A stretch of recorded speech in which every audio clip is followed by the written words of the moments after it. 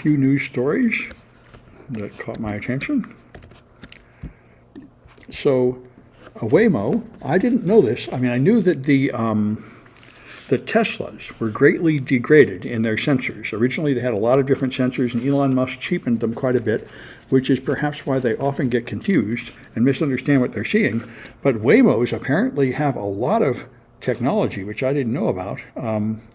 They have 4 spinning LiDAR sensors, 6 radar sensors, 14 cameras, and 8 ultrasonic sensors. And yet they can't handle San Francisco fog. When the fog rolled in last week, a bunch of them got stuck, not be able to figure out how to punch through the fog. So they're going to try and upgrade them so they can handle the fog. So Apple is turning into a banking company.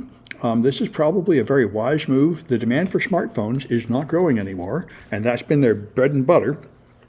And so they're moving in with Apple Pay and Apple Card, and now they have financial services where you can invest money. I have a savings account with 4% annual percentage rate, which I guess is pretty good. I mean, for the last 10 or 15 years, as we've gone through an insane period of zero interest rate, savings accounts haven't paid anything. So anyway, this seems like a pretty good move. Apple moving into banking. This was discussed quite a lot in the technical blogs, technical podcasts I listened to as the cryptocurrency people came out. And then Elon Musk said he was going to turn Twitter into a bank. And they said, I wouldn't trust those crypto people with my money, and I wouldn't trust Elon Musk with my money, but I probably would trust Apple with my money. Well, I feel that way. A lot of people feel that way. Apple's a pretty reliable company. I don't think they'd steal your money. I don't think they'd get hacked and lose it. I think they'd probably be about as reliable as any bank. So they're moving into it. This is yet another unbelievable story about racism in America. These Oklahoma county officials just discussed how they would hire a hitman to kill journalists, how they ought to be just hanging black people and lynching them the way they used to, just openly. And now he's calling for them to be fired. It's amazing they could do that. It's amazing it's not a worse crime than just being fired. But it really does point out the position of the Democrats have been saying, the activists have been saying, there's a ton of enormous, outrageous racism still in America, although the Republican Party and the red states want to pretend it's just not happening. And National Review and a lot of them say that. So it's pretty incredible. So this photographer submitted this photograph, which was computer generated, and won the prize, and then refused the prize and said, I did this to test your system to see if you could detect AI generated photographs, and I have proven that you can't. And we should now donate the prize money to an art exhibit or something. So an interesting issue. Everybody's facing this.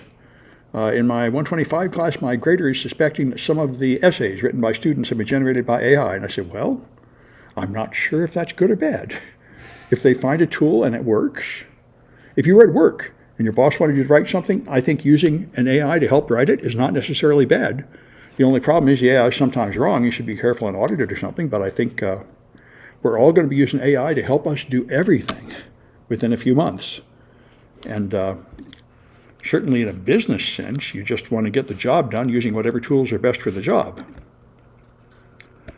And I read about a technical class where a guy said every student should have ChatGPT open all the time, and then as he teaches a class about a complex technical subject like kernel hacking, the students are asking for technical terms and getting explanations from the AI as they go along. He said you should just integrate it into your classes, accept it. It's very helpful. You can ask it any question that you have, and it might give you an intelligent answer and keep the class moving along. It sounds great to me. So I'm not inclined to punish people for using it yet. And certainly some people are trying to use tools to detect if students are using AI, and those don't work very well. And then you accuse innocent students of it. So anyway, we'll see how it goes. So the Whole Foods, I think, closed downtown because they couldn't handle the rampant crime. There's a ton of shoplifting, and there's a ton of disturbances on the street. And so IKEA is going there. They're claiming they're going to have enough security to be able to run a business downtown San Francisco. We'll see if that's possible. I kind of doubt it. Here's another one. So in Louisiana, they have responded by trying to ban the study of racism at universities. So we will not disturb white people who don't want to hear that there ever was any racism. So they're not even going to teach about the history of racism anymore. They're just going to expunge it from all education So people will just forget it ever existed. And that certainly is the way it's been most of my life. All the stuff I learned for American history was pretty much sanitized propaganda. It wasn't until I became an adult I found out how much had been carefully censored in this fashion from it. And that's what they want to go back to. So we continue with our enormous cultural divide widening here. Yeah? Have you noticed the main media in the U.S. right now is like sanitize all the news are coming out with Ukraine? Well, It's like yes. all the good news come out and then hiding all the bad news. Yes, I have had a very strong, yes, I've noticed that the news about Ukraine is all obviously Ukraine propaganda, saying Ukraine is winning, the Russians are running out of bullets, their soldiers are deserting and everything. You never hear any of the death. Yes, you never hear the bad side. Out of the Ukraine armies. Yeah, and that's why this recent leak of top secret information said, the Ukrainians are running out of bullets, the Russians are going to have an offensive, we don't have enough to stop them, so there is another side. Yes, absolutely, and that's very common. Of course, that's the way it's always been during wartime. Whenever you have wartime, there's a flood of propaganda to keep people motivated about the war. So it's a problem. I mean, truth in media is a whole lot trickier than simple-minded people say it would be. For example, Elon Musk said he's just going to make Twitter a free speech program and that will solve everything. And his idea of free speech is just alt-right and shut everybody else up. Kick off NPR and New York Times and everything and just let in all the alt-right trolls. So that's what, nobody seems to actually want free speech. What they want is my side and the other side to shut up. Didn't the Microsoft just come out there saying that Twitter wants people to pay for the blue check? Oh, yes. He wants people. Microsoft would say that they would do it for free on LinkedIn. Oh, on Bing? On LinkedIn. On LinkedIn. Well, good. I'm glad. Microsoft. Yeah, I mean, that's the amazing thing about Elon Musk is that he doesn't understand the value proposition. I mean, the verified accounts on Twitter are what makes it valuable. You can see something stated by like a government or a newspaper or an agency or a celebrity, and you can be sure it's really them, and that's what makes it valuable. So if anything, Twitter should pay those celebrities to go tweet with the blue check marks, and he wants to charge them for it. That's what they're all saying. Why should I pay to donate my valuable name to your company? It's a crowd attractor, but then he just killed it. So. I know. Well, now he sells it to anybody that wants. So now the blue check marks are the source of massive misinformation. There was a test recently showing they're pushing COVID lies and things like that, and now they have the blue check mark, which makes people believe them. So it's amazing how Elon Musk has no comprehension of what Twitter actually does, and is just driving it into a ditch. Anyway, so this is pretty impressive. They now have made a single chip that creates entangled photons. This is just an artist's conception. It's not a literal diagram of the chip, but the point is it has lasers which generate, I think, visible light. It then has two photons of different wavelengths of visible light that collide, and they create an entangled pair of near-infrared, which is the right wavelength to go through fiber optic cables. And it can create something like 2,000 of them a second or something. So it sounds great. This is what we need. They don't mention if you have to cool it down near absolute zero or anything, but I think you do not. That is the whole point of it, because it's photons. It's not particles, which have to be cooled near absolute zero to preserve the photon, to preserve the entanglement. So he said they're getting there, and it's not perfect yet, but they're moving in the direction of being able to mass produce at a reasonable cost things that will create entangled photons, and then you can do quantum computing. So anyway, yeah. I see GJ says trying to learn about Mideast history from the Encyclopedia Britannica. Well, I imagine, yes.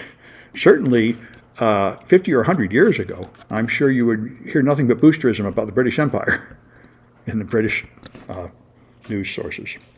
Yeah, so here's Elon Musk being interviewed by Tucker Carlson, his logical home, and saying that AI could cause civilization destruction, and as usual, explaining that he is going to make a new, better AI. He's going to make a new AI thing called Truth GPT, which will achieve maximum truth-seeking, just like his Twitter is achieving maximum truth and reliability.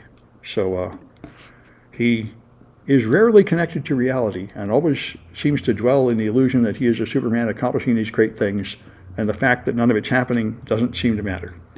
Like you say Elon Musk stick to the science, should not get into the politics, is correct. Yes, well, his companies, his SpaceX is amazing, and Tesla is pretty good. They actually accomplish good things. He apparently does know something, but now he's wandered into a part of the world which he totally doesn't understand, and he still has no clue about that. This is the way it's been down through history. Powerful people, nobody says no to them. They're surrounded by sycophants that tell them they're wonderful until they believe their own press releases. So this, in case anybody imagined that our chip sanctions are accomplishing much of anything, they should get over it. They took apart a bunch of drones in Ukraine from Russia and Iran and found them all full of military chips, American chips, including American chips that had been embargoed. And of course, what happens is somebody else buys them and then they resell them. So the chips flow past the blockade to some extent. Yes, so someone's asking, I will be at RSA. I'll be in the, yep. Let me answer this and then I'll stop this new stuff. Yeah, I'll be at RSA. I will be on Thursday. I will be there doing a training event at the, on Thursday at 10 in the morning. I'll be in the Dark Arts Village doing a workshop on machine learning. The machine learning projects I've already shown my students here.